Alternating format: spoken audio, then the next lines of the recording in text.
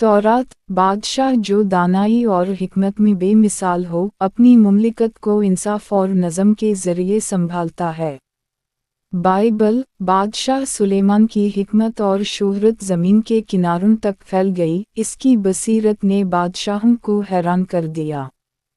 कुरान, अल्लाह ने सुलेमान अलैहिस्सलाम को ऐसी ताकत अता की जो इंसानों और जन्नात, परिंदों और हवाओं पर मुहित थी, ताकि वो अदल व इंसाफ के साथ एक अजीम सल्तनत कायम करें। सल्तनत जो तसव्वुर से बाहर थी। सोचिए, एक ऐसी सल्तनत जहां सिर्फ इंसान नहीं, बल्कि जन्नात और परिंदे भी हुकूमती निज़ाम का हिस्सा हों।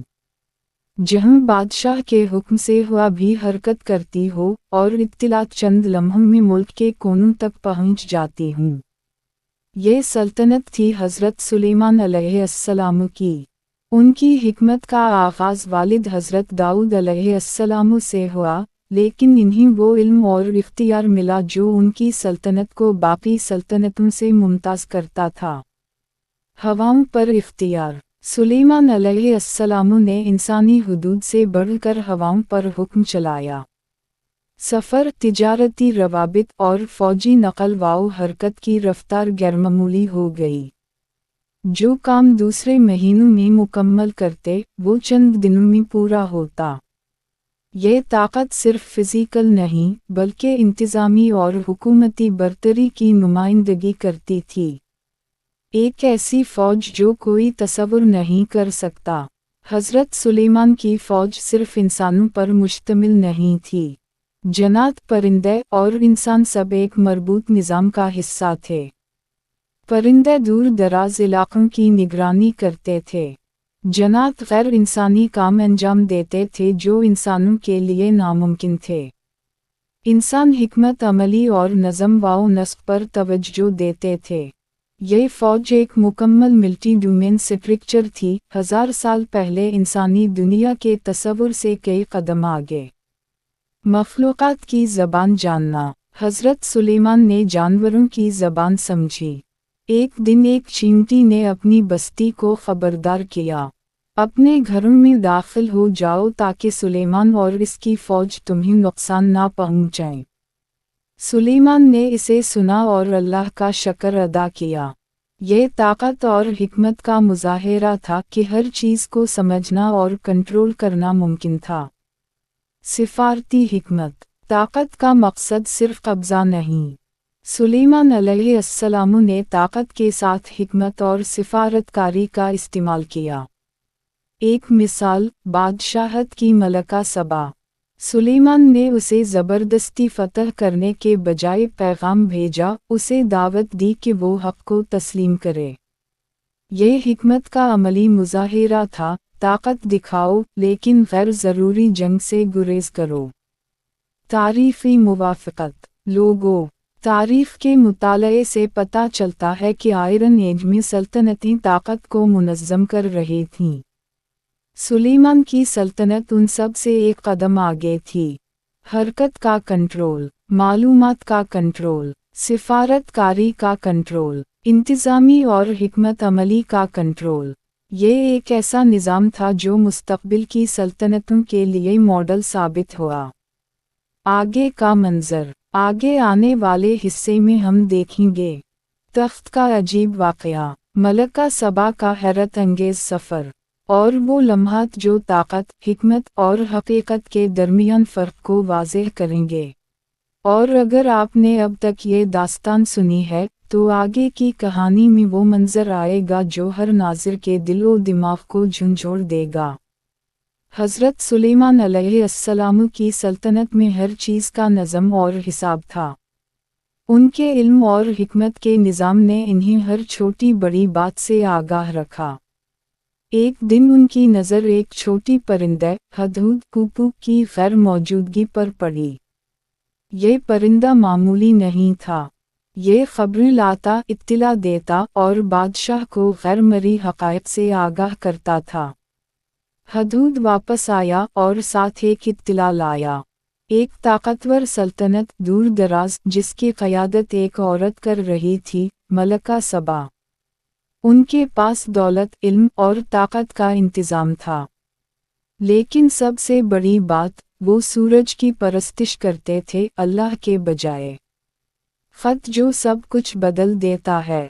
سلیمان علیہ السلام نے فوری کارروائی کی بجائے ایک خط بھیجا۔ یہ خط محض فتح کی دعوت نہیں تھا بلکہ حقیقت کے سامنے آنے کی دعوت تھی۔ میرے سامنے سر نہیں جھکو بلکہ حق کو پہچانو۔ یہ صرف سیاست نہیں، یہ نبوت کی زبان تھی۔ خط ہدہد کے ذریعے پہنچا اور ملکہ سبا کے محل تک پہنچا۔ ملکہ کی دانشمندی۔ ملکہ سبا نے خط پڑھا تو فوراً غصہ نہیں کیا، نہ جنگ کی منصوبہ بندی کی، نہ فوراً جواب دیا، بلکہ اپنے مشیران سے مشورہ کیا۔ مشیران نے کہا، طاقت کا استعمال کرو، فوجیں تیار کرو۔ لیکن ملکہ جانتی تھی، جنگ ناقابل پیش گوئی ہے۔ اس نے دانائی کا راستہ اختیار کیا، تحفے بھیجے لیکن تسلیم نہیں کیا۔ یہ ایک ٹیسٹ تھا، اگر سلیمان صرف طاقت کے بادشاہ ہوتے تو وہ تحفے قبول کر لیتے، لیکن سلیمان نے کیا تحفے کی انکار۔ تحفے کی آمد کے بعد سلیمان علیہ السلام نے اسے مسترد کر دیا۔ کیا تم دولت دے رہے ہو جبکہ اللہ نے مجھے سب کچھ عطا کیا ہے؟ یہ غرور نہیں بلکہ وضاحت تھی۔ جو ہوا وہ یہ تھا، طاقت اور علم کے درمیان فرق دکھانا۔ ایک بادشاہ جو ہوا پر قابو پاتا ہے، اسے سونا یا دولت کی ضرورت نہیں۔ تخت کا معجزہ۔ اب سلیمان نے اپنے دربار سے کہا، کون ملکہ کا تخت میرے سامنے لانے کا اہل ہے قبل اس کے کہ وہ آئے؟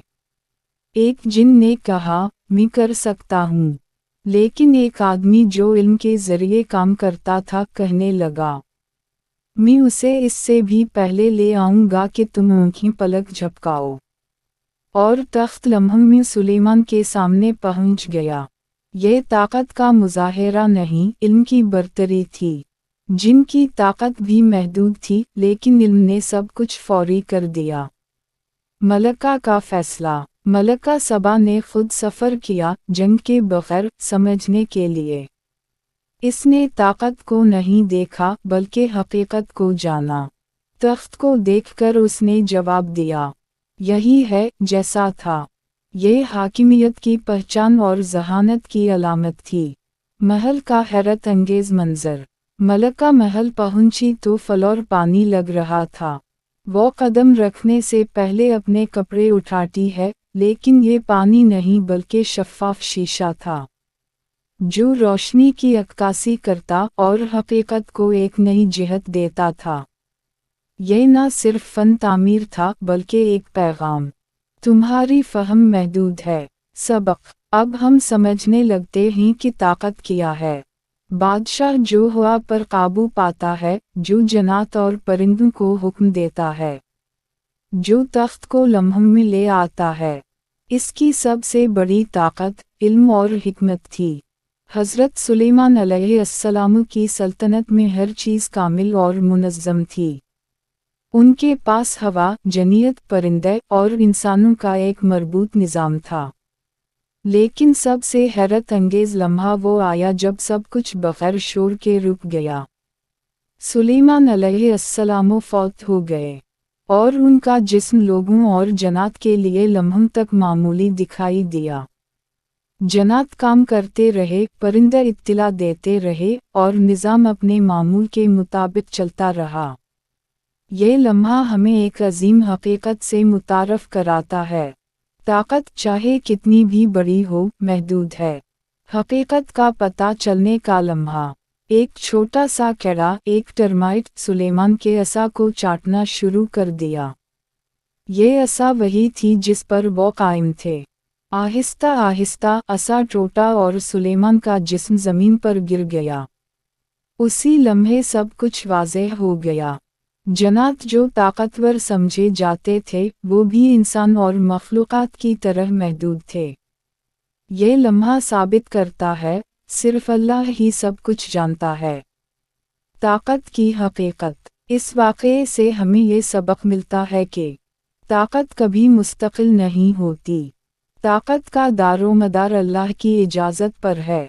सबसे बड़ी ताकत वो है जो इल्म और हिकमत से पैदा होती है, ना कि महज अस्करी या माली वसाइल से। सुलेमान की सल्तनत का इख्तिताम दुश्मन की फ़ौज से नहीं, ना ही किसी बगावत से हुआ। ये खामोशी और हकीकत के सामने सब कुछ बेबस होना था, जिसने सबको सबक सिखाया।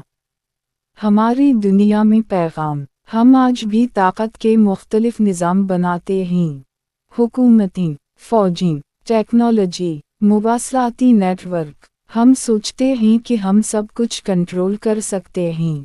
लेकिन हज़रत सुलेमान की कहानी हमें याद दिलाती है, कोई भी निज़ाम चाहे कितना भी ताकतवर हो, एक बड़े मकसद के बग़ैर मुस्तकिल नहीं रह सकता। आयरन एज और सुलेमान की सल्तनत। तारीख़ में आयरन एज को एक तब्दीली के दौर के तौर पर देखा जाता है। इंसान ने मुआशरत को मुनज़्ज़म किया, तिजारत के रवाबित बनाए और हुकूमत के निज़ाम को मुस्तहकम किया। लेकिन हज़रत सुलेमान की सल्तनत उन सब से एक कदम आगे थी। ताकत का इंतज़ाम, इल्म का इंतज़ाम, सिफारतकारी, हिकमत और अदल, ये निज़ाम वक्त से बालातर और मुनफरिद था, और इसका इख्तिताम भी एक ऐसा सबक छोड़ गया जो आज भी रहनुमाई करता है। ताकत की असल तारीफ़। ताकत क्या है? क्या ये ज़मीन या लोगों पर कब्ज़ा है, या दौलत और वसाइल हासिल करना, या फिर कुछ और? हज़रत सुलेमान के पास सब कुछ था, लेकिन सबसे ताकतवर लम्हा वो था जब उनकी मौत ने सब कुछ बेबस दिखाया। ताकत की असल शक्ल ये है कि इंसान अपने हालात और वसाइल को समझे, ना कि महज उन पर हाकिम हो।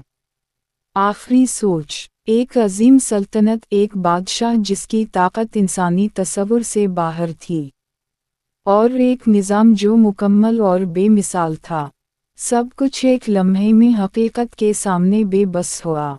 ये कहानी हमें ये सिखाती है, हम जो निज़ाम बनाते हैं, जो ताकत हासिल करते हैं, वो सिर्फ़ अल्लाह के इख्तियार में है। और हकीकी सबक वो है जो इल्म, हिकमत और मकसद से पैदा होता है, ना कि सिर्फ ताकत से। अगर आपने ये दास्तान ध्यान से सुनी है, तो ये कहानी सिर्फ सुलेमान की सल्तनत की नहीं है। ये आपकी ज़िंदगी, आपके निज़ाम और आपकी ताकत के बारे में भी है। सोचिए, आप क्या बना रहे हैं, और सबसे अहम बात, आप उसे किस बुनियाद पर कायम कर रहे हैं। ये वो फ़र्क है जो सल्तनत को बाकी रखता है और सबक को हमेशा ज़िंदा रखता है।